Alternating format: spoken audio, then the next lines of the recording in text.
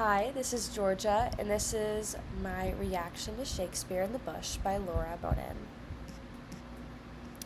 Shakespeare in the Bush by Laura Bohannan was written in 1966 as an anthropological article, which means that it was intended to study or report findings about humanity.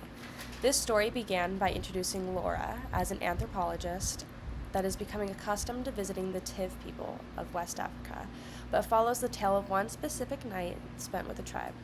She tries to share the story of Hamlet with them, expecting human nature to be universal, and that the core themes of the play would remain stagnant and easily understood.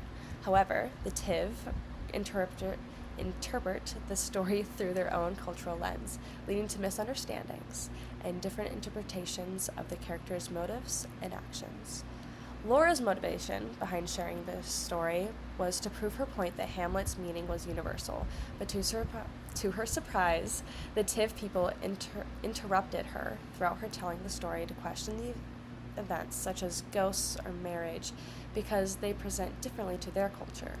This story shows that human nature and universal truths aren't always universal, and differences in cultures and worldview dictates perception. In other words, the article illustrates how various cultures can interpret the same thing differently, known as interperception. These differences are evidenced in the story as Tiv argued with Laura on how ghosts don't make sense and only explanation was omen or witchcraft. The tribe's reaction to these differences can demonstrate ethnocentric bias, judging a culture for their own standards, what is right or wrong, strange versus normal. For example, when Laura was explaining I might get this name wrong, Polonius's death, the Tiv blamed Polonius for not having better survival skills that should be properly practiced while hunting. They said, and I quote, "The old men looked at each other in supreme disgust. That Polonius truly was a fool and a man who knew nothing." That was by Bohannan, 1966. The Tiv frequently interrupted her with similar notions, questions, or comments, pointing out her lack of understanding of the story's meaning. Laura assumed the themes in Shakespeare were universal, that everyone and anyone could grasp at the same takeaways, but this wasn't true. The lack of seeing eye to eye created confusion and frustration in both Laura and the Tiv people, but her assumptions that they were familiar with the story's concept made their actual comprehension of the story more difficult. Her initial belief that universal truths of Western literature were mistaken. Her own perspective influenced her comprehension, leading to a misunderstanding of the situation and a shift in her viewpoint. The Tiv challenged her beliefs and made her question her faith in Western values, such as spirituality, the concept of revenge, and her views on marriage customs. Laura's written experience showed a cultural relativism, that one culture may feel customs and experienced practices are obvious, but will be considered odd in another. So when Hamlet's father visited from the dead, what one culture would perceive as a ghost, but the Tiv perceived it as an omen or some sort of witchcraft. Ghosts are considered a norm in American culture, an average dead person who manifested in the land of the living, a haunting creature. But in another culture, the idea of ghosts don't even exist, so they come up with completely different explanation for the walking dead, such as the Tiv believed that Hamlet's father couldn't possibly come to visit, but it was an omen set by the witch. These fundamental beliefs are often shaped by worldviews surrounding religion. The idea of afterlife depends on where you believe power and creation came from. For Western cultures, this would be heaven and earth, explained by God. But for the Tiv, it could be a compilation of Mother Nature and other spiritual wakes.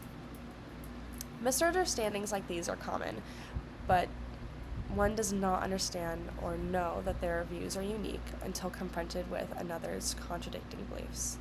This is still a relatively new concept to me, but it became evident as I entered my role as an elementary school mentor. I was assigned the task of helping young girls acclimate to American culture as immigrants, as they were still learning the language and settling into their new Western life. I was assigned a girl named Yaneli. She was a fourth grader that just moved to Seattle from Guatemala less than a year ago. Her biggest struggle coming here was understanding the social norms. She expressed her frustrations and how she found them to be rude, and they didn't act as kindly as she was used to back home. Kids were often interrupting her talking, and that was a practice that is viewed as rude but understandable and endearing, but is considered disrespectful and discouraging to her. This feeling of, you interrupted me while I was speaking, so you must not want to know what I have to say, discouraged her from wanting to continue speaking and voicing her ideas. I can see similarities in Laura's story, as she was trying so hard to explain Hamlet in a language that was not native to her to an audience that was excitedly awaiting this new understanding. But their excitement led them to interrupting her time and time again. But this did not perceive this as rude, but rather providing wise insight to guide her for her correct perception of the story itself. These misunderstandings are avoidable. The common denominator here is ethnocentrism. And when one believes that only their culture's practices are right and anything different is wrong. When working with Yaneli, our communication relied on a common respect for each other's ideas and worldviews. I needed to hear her and be able to say, yeah, I understand why you would disagree with that. And truly learning from each other's customs and not going at the conversation with any preset goals to change each other's minds. This practice would have been extremely useful in Laura's story, as she expressed her extreme frustration for not being understood. She said, "That is the way it is done, so that is the way we do it," out of frustration for not being understood.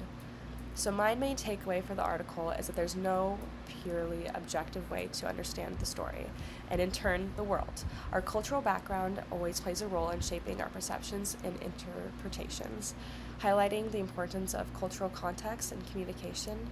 By opening up this era to our hearts, we'll find a deeper unity and understanding the other cultures around us.